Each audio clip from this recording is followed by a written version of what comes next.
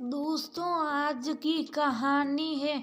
बहुत सारे दिन आरामी तो करती हैं, इतने काम तो वह कर ही सकती हैं।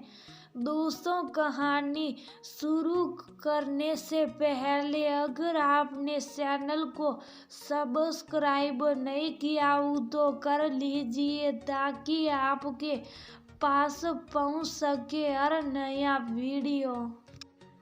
आखिर 9 महीनों के इंतजार के बाद आज महिमा की गोद में नन्ही परी की किलकारियां गूंजने को बेकरार थी। नर्स ने जैसे ही महिमा की गोद में फूल सी बच्ची को दिया तो उसकी आंखों से आंसू निकल गए। खुशी के आंसू थे। वह कितना कुछ सहा था पिछले 9 महीनों में। इस पल के लिए महिमा ने अपनी बच्ची को अपने सीने से चिपका लिया। शिव भी उसके बराबर में बैठ गया। दोनों अपनी बच्ची की निहारने में इतना खो गए कि उन्हें यह भी होश नहीं था कि महिमा को टोंकों में ब्लीडिंग शुरू हो गई।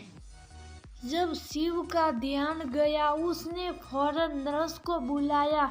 नर्स ने ड्रेसिंग की। डॉक्टर बाई बोली, बच्चे की खुशी में अपना ध्यान रखना मत भूलो। अगर तुम ठीक नहीं रहोगी तो बच्चे को दूध कैसे पिलाओगी। महिमा को समझ आ गया था। शाम तक उसकी सास भी हॉस्पिटल पहुंच गई, जो बच्चा होने के थोड़ी देर बाद घर चली गई थी।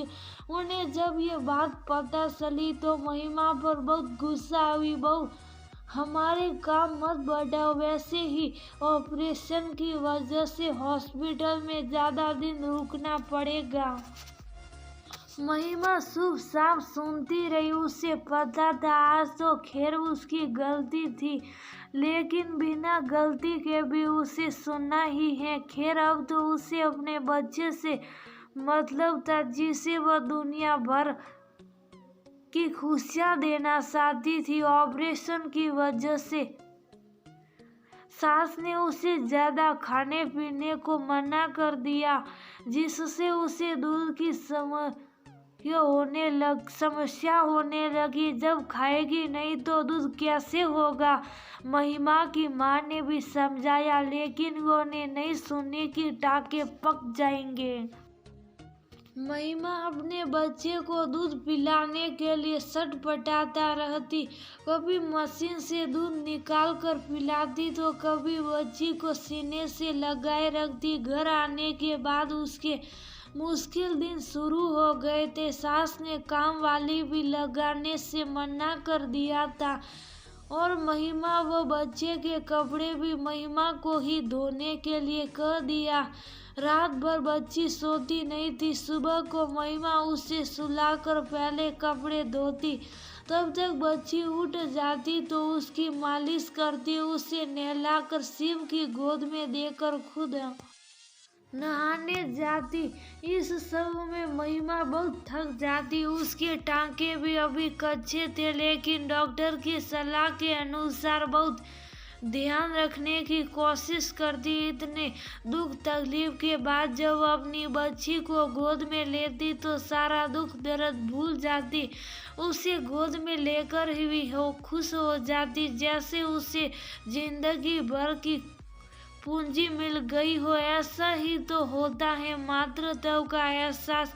शिव समझ रहा था कि महिमा को बहुत परेशानी होती है, लेकिन वह लड़ाई को निपटाने के लिए कुछ करती नहीं है। शिव ने अपनी माँ से काम वाली के लिए कहा तो वह बोली, क्या जरूरत है, वह खाली ही तो रहती हैं, क्या इतना भी नहीं कर सकती।